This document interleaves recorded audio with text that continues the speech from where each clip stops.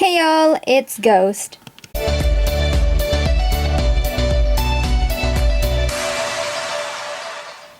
This month's Ko-fi shoutouts go to Moon the Pharmacist, Maddie Ranger, and Clockwork Undead.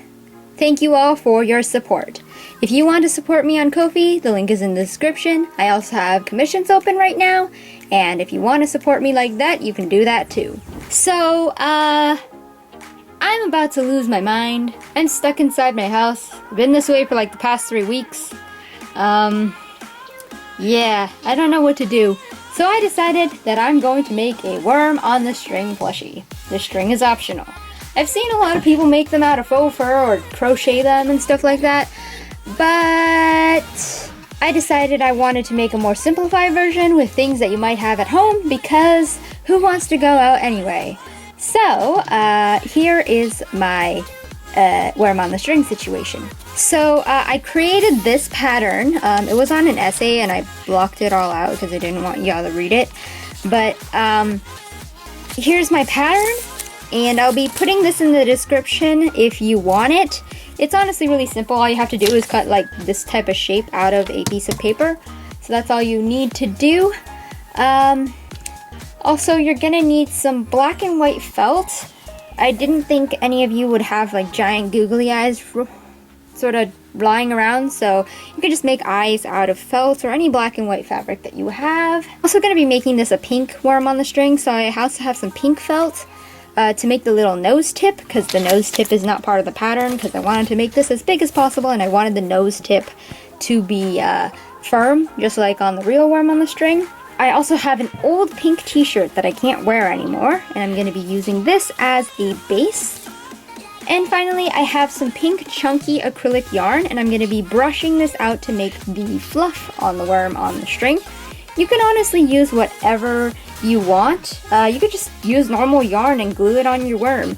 That does not matter. As long as you have fluffy things to put on your worm on the string, you can make it however you want. As for supplies, you're gonna need a needle and thread. You're also gonna need some hot glue or just regular craft glue if you don't mind waiting for it to dry. And you're gonna need a fine tooth brush. It can be a wire pet brush just like this one, or you could just use your hairbrush or anything, as long as it can comb through yarn. If you don't have a brush, you don't have to comb through the yarn.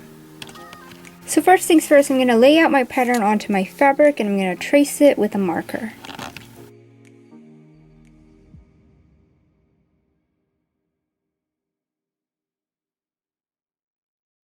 Stick some pins through these so I can, oh yeah, my fabric is doubled, so I can cut 2 pieces at once, and I'm going to pin the fabric all the way through so the 2 pieces will stay together after I cut them out.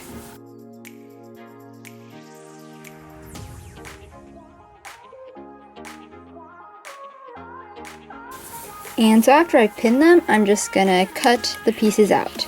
Like I said earlier, the fabric is doubled, so I'll get 2 pieces once I'm done.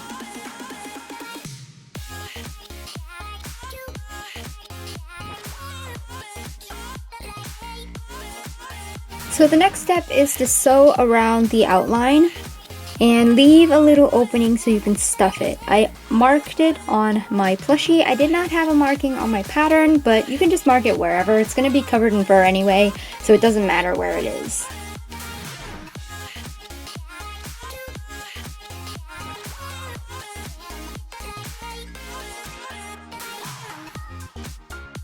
Oh hey, if you're like me and you keep threaded needles from your previous projects, this one is a good one to use them all up because it really doesn't matter what color thread you use to sew everything up. So now that I've sewn everything, I'm going to turn it inside out.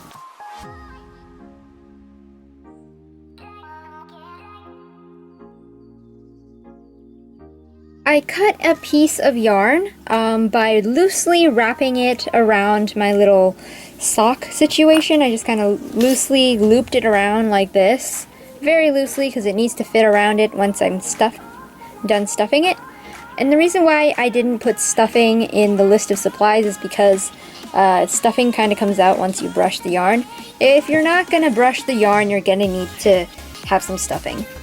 So I cut a bunch of pieces of yarn, just short pieces, and I'm going to be taking them and then tying them to the long piece of yarn. And just do this until you complete the entire piece. Okay, so that original plan didn't work because the yarn was too thick.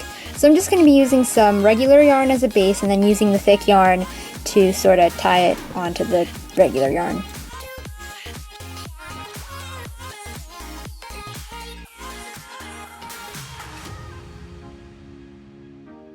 Now I'm just going to take my brush and brush out the yarn.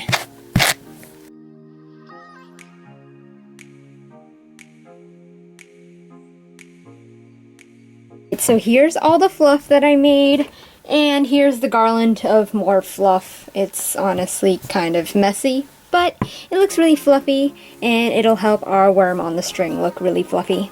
So I'm going to use this fluff, and I'm going to shove it into the pouch that we made earlier.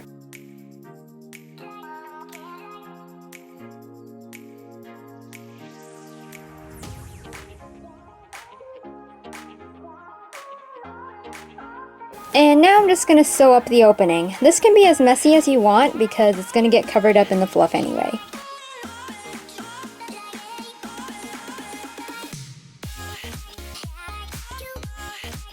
Alright, and here's the worm base. Here I've just rolled up some pink felt into a little tube and I'm going to be gluing it to the fat tip of the worm. Once that's done, I'm going to start gluing the fluff in a spiral going down. And I don't need a tight spiral because the fluff covers a lot of things, and I'm just going to glue things.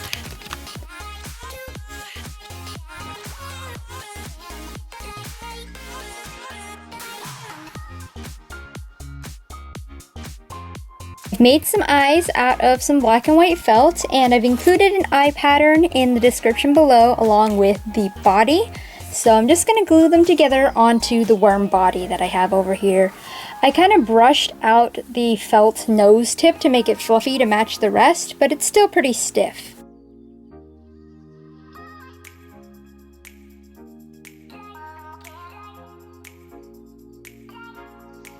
And here's the finished worm.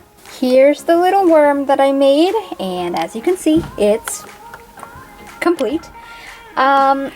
So I could technically just put a string on here and put it on a string like a normal worm on the string, but I kind of like it like this, so I'm going to leave it.